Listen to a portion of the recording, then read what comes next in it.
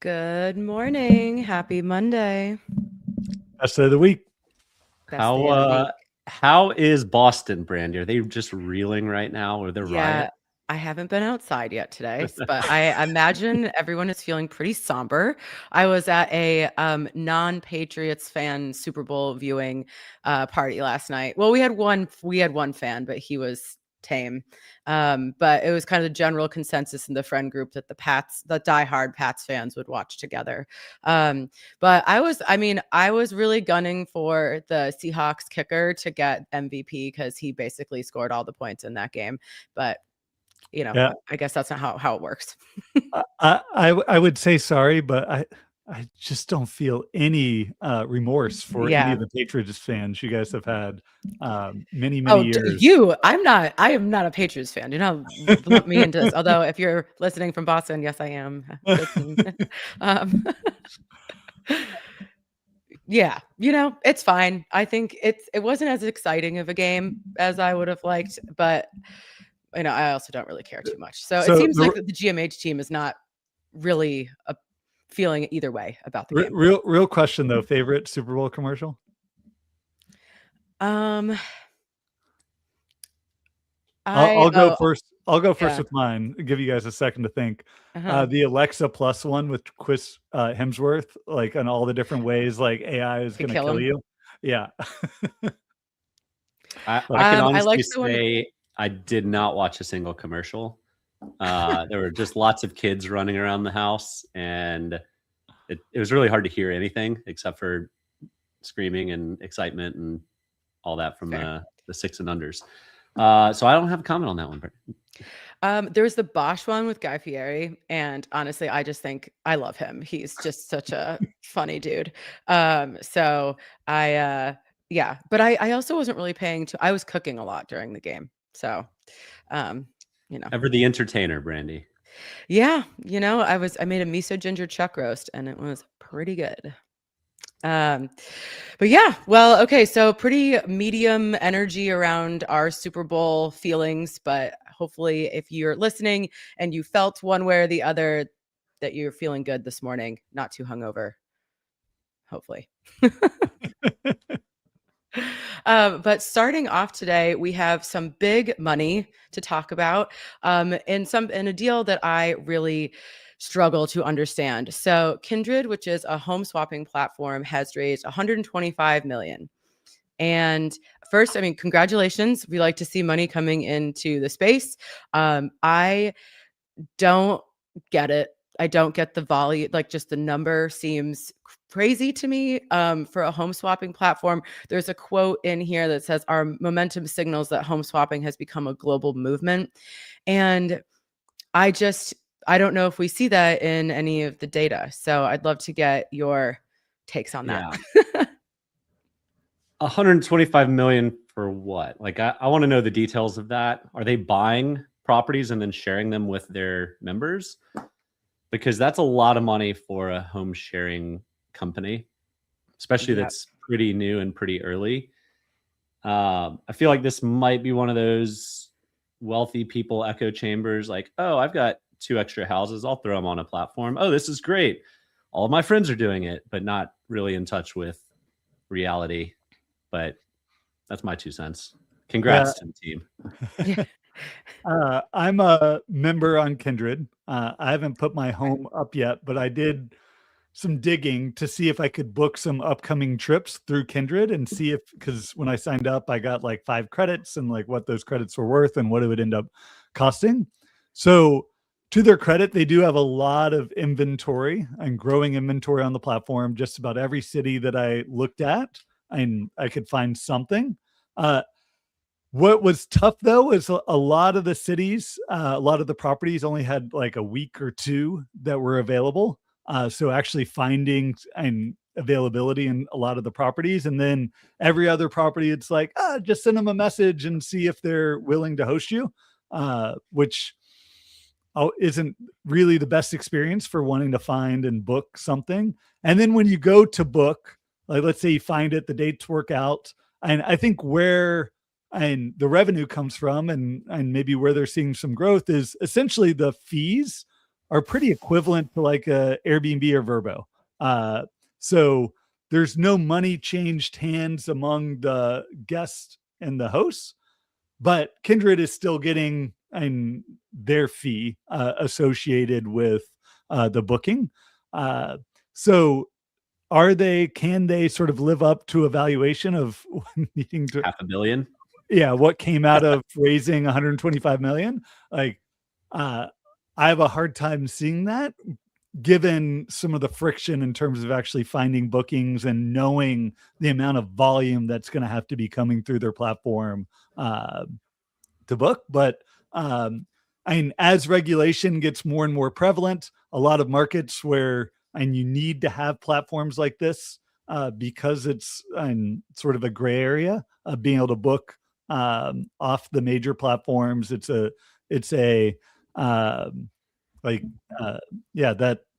Something that could work in a highly regulated environment, especially in markets like New York, San Francisco, Paris, London, things like that. Maybe they are seeing traction in those areas.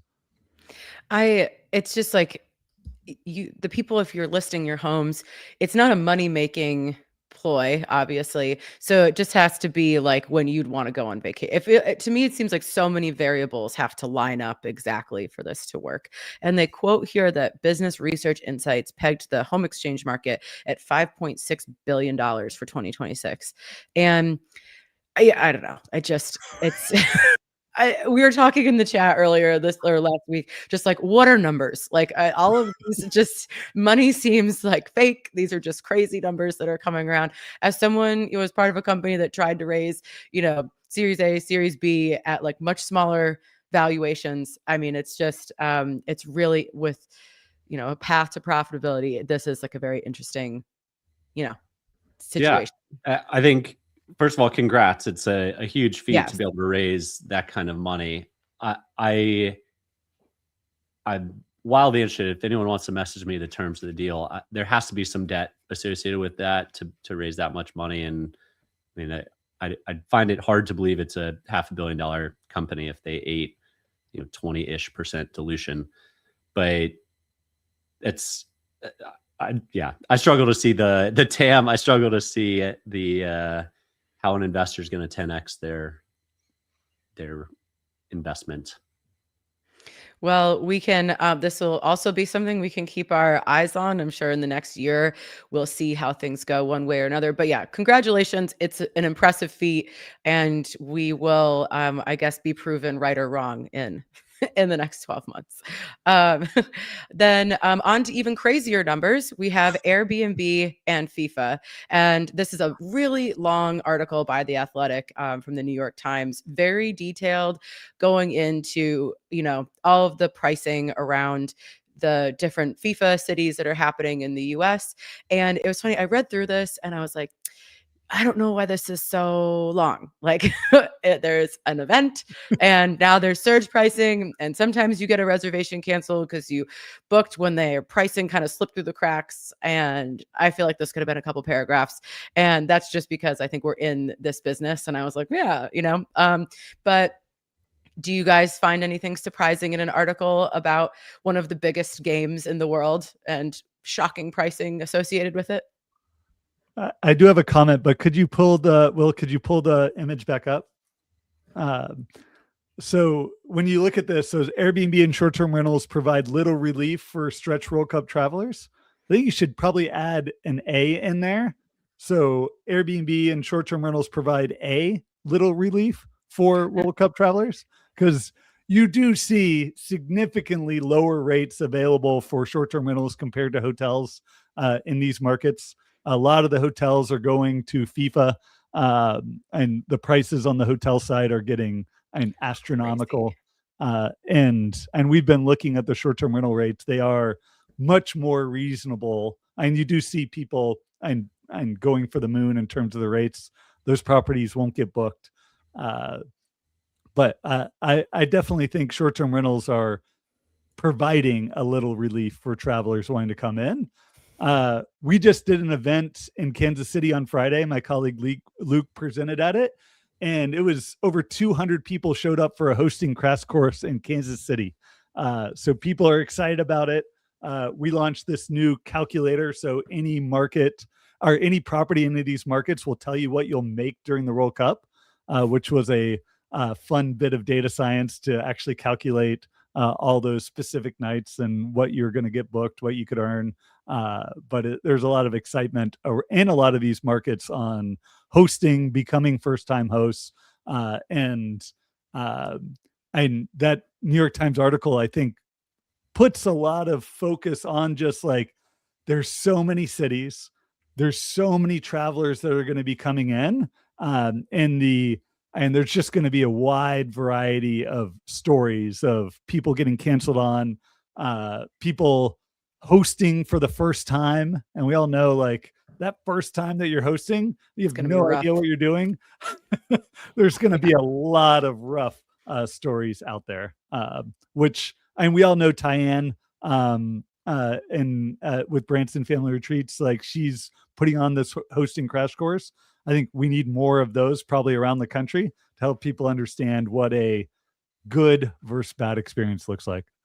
Yeah, they in Boston. Apparently, there's groups that are trying to lobby the city to relax the short-term rental restrictions, and I think you're seeing that in some of these cities. Like, we literally don't have anywhere else to put these people. Like, we need to do something. I remember the Olympics in Atlanta in 1996, and people were taking out ads in the AJC to like let people come and stay in their house. So this was long before Vrbo, Airbnb, Booking.com.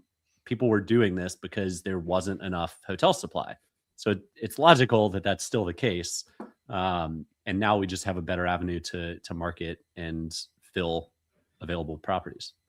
There's I was looking for this ADR for a Spring Hill Suites, which is $4,510 a night. And this is outside of MetLife Stadium, which is crazy. That's just like, if I was going to spend $4,500 a night on a hotel, it absolutely must be Amangiri. Like it's wild that someone is paying that much to stay in a Spring Hill Suites, but that's kind of, I feel like if you have that kind of money, why are you like, I can't compute the willingness to spend that on that hotel. It is the World Cup. Yeah. I guess that's also part of the thing. Like I get it intellectually, but like we were talking kind of before the show, like there's no amount of money I would be willing to spend to go to any of these games, like the chaos around it. But that's just me. And I get that the World Cup is like a different level of fanaticism and people are really willing to travel. So that's great. So unless, I think we'll kind of see, I think the really juicy stories for this are going to happen after this happens, after the World Cup. And we can see, I like the news articles about like crazy hosts, crazy guests, all this stuff. That is going to be really fun to see. That'll keep giving us content throughout the summer. Yeah. And Brandy, I wanted to ask you this, like one of the big complaints was around a host canceling on their guests. They forgot to raise the price around the World Cup. Do you think, should we be shaming hosts for canceling on a guest, or should that just be expected of like, oh yeah, it's the biggest event in the world, they forgot to change their rates, like it's not too unreasonable expect, like they were renting out for $100 a night, now they can get $1,000 a night.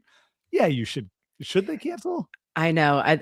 Some people, the unreasonable hospitality crowd is going to come for me, but as an operator that ran with really tight margins, I'd be like, absolutely. Like, I mean, that's not like, is it the right thing to do because you should have had your stuff together and you canceled on this guest? And like, that's not a good guest experience. That's probably not the ethical thing to do. But if you're a one-time host and you're not concerned about this, I would be shocked if someone was like, actually, I'll just forego $900 extra a night when this is like the only reason that I'm doing this. There are realities to events like this that are like a little gross and maybe not like the right moral or ethical thing, but I totally understand why people do it. But this is also like, you should have all the World Cup. We've known it's going to be here for a while. Like, you should have had your pricing dialed in. What would you do, Michael? Well, I would keep in mind that this cuts both ways. So if you overpriced and you get a booking, and your cancellation isn't rock solid, they're going to cancel and go somewhere cheaper.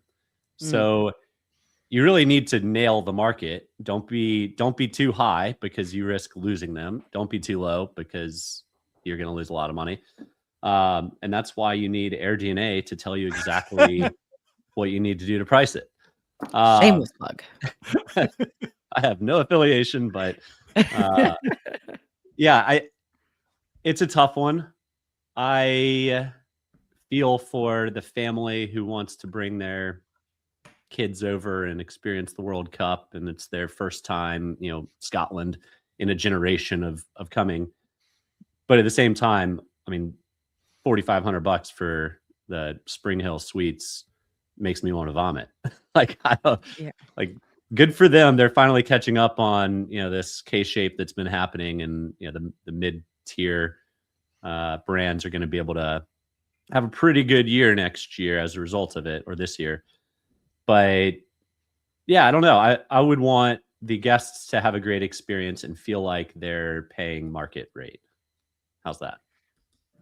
Yeah, I even in the article, the rate that the guest was said it went from like 3 something to 9 something, but their total stay for like 3 days was still less than one night at the Spring Hill Marriott. So I like, and I think it's because we're in the industry that I'm like, if you see a price that is so dramatically low compared to everything else in the area, book it, because if they don't notice, that's a great steal. But I would just like expect that that's going to get it's not in line, or that the experience is going to be crazy. Like, is that even a real listing?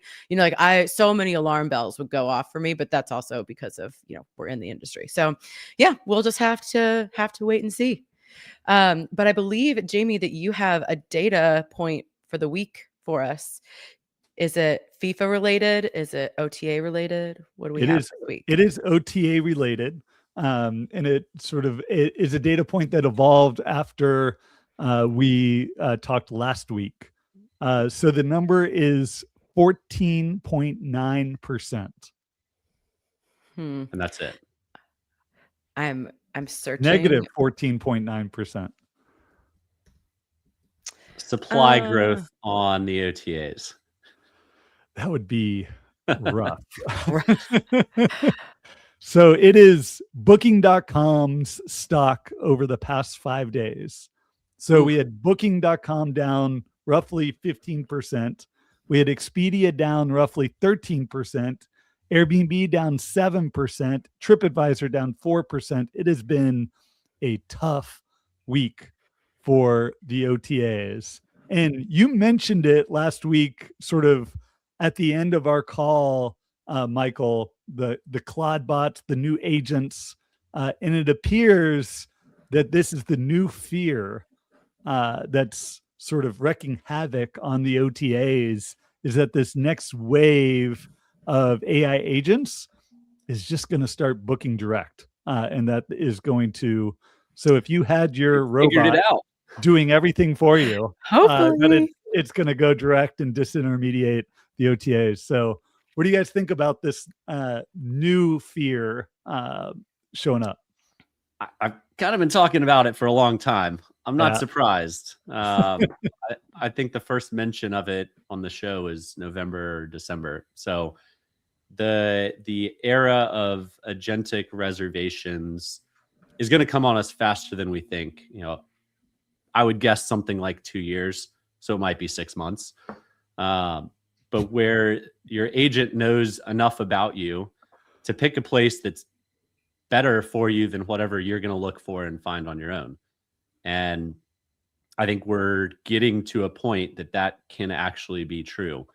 When I travel with my family, location, family friendly, does it have a crib that I don't have to bring one with me? Is it got stairs or dangerous items in and around it? The machines probably know more about me than I do, just based on my searching habits on what I look for in a rental property or in a hotel. So yeah, not surprised at all. I guess the market is waking up to the possibilities. Now, to counter that, Jamie always has the balance of the big ones will find a way to box out the the individuals. And I think the great equalizer is going to be the agents. I think they can box each other out on ads on ChatGPT, but I don't know if you tell an agent, I want the best price and the best perks, typically that's going to be booking direct. Or you can say, I want to book direct. Like if people start becoming savvy that that's where they're going to get the best like value, or they just don't want to pay that service fee. But in this booking holdings report, what I love is that one of the first bolded like phrases is AI fears overblown. Um, and also when I saw all these, like, I mean, it just seeing this volatility based off of the speculation of what might happen. I mean, it is just gambling. It is just like gambling in the feels, the vibes that people have. I mean, it's so wild because a couple months ago we saw like gains in their stocks because of all the positive things that they AI is going to do or whatever. So it's just like, I don't know, it's whatever the powers that be are feeling today, because I'm more inclined to think that the OTAs, the big ones that have all this money, are going to figure out a way to claw onto their section of the internet, or they will go down trying, So I do hold out hope that if you have a good direct booking strategy, or if you build out the native ChatGPT apps and that's how you connect to your site, that you'll actually be able to compete on some level.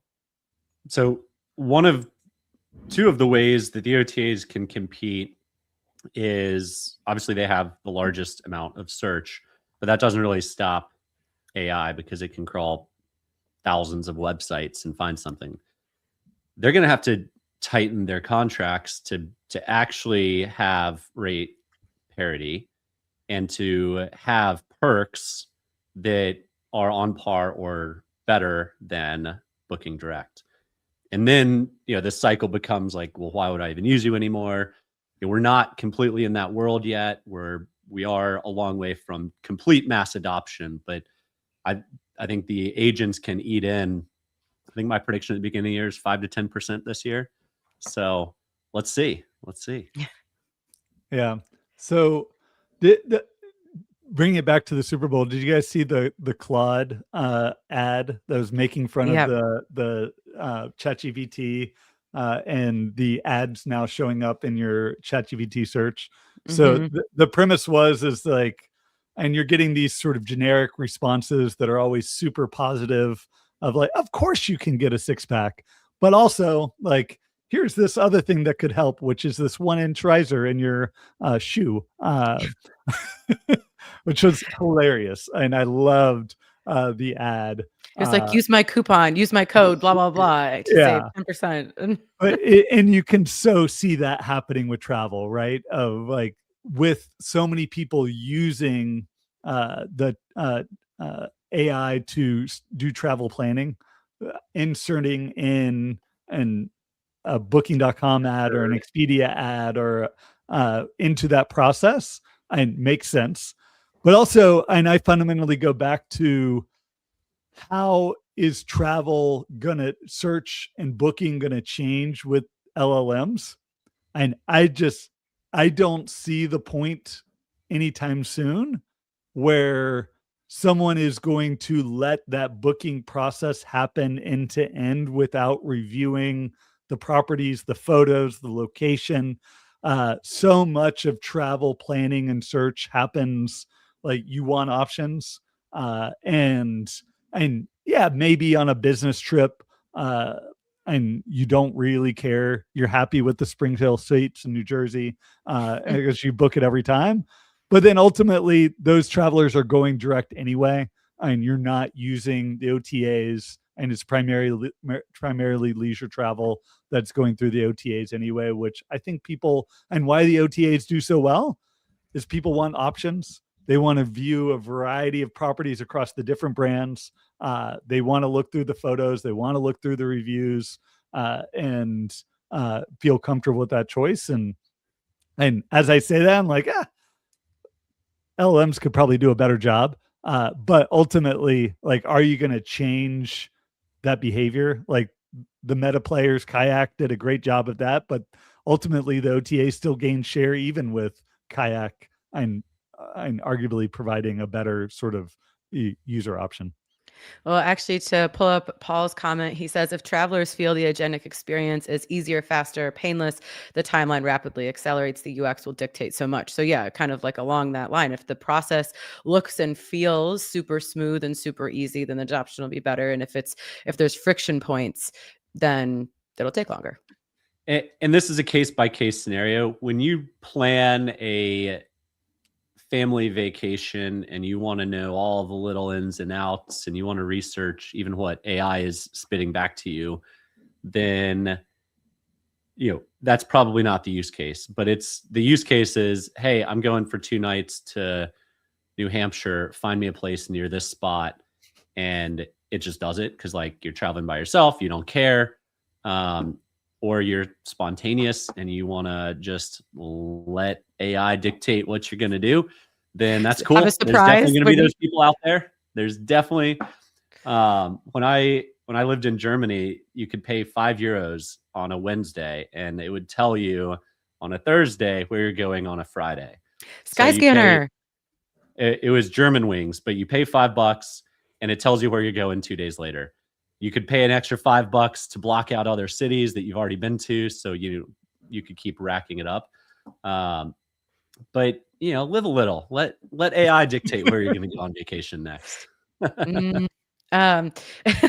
But I can see this in like a business case scenario is if it gets embedded into like Concur or one of the like expense reporting platforms where like you as a business traveler, you like always take this flight, you always book this hotel, you could put in like, oh, I'm doing my weekly trip to Anna Maria Island, like where am I or monthly trip or whatever. And it just repeatedly books your same, trip for you once it sees those things. I can see that happening because it's, you're not really changing things. But could you imagine if you were like, I'm just going to put the dates and the times I want to leave, and then I will find out where we're going the day of on like a family vacation with all your kids. I mean, Delta already knows all of my preferences.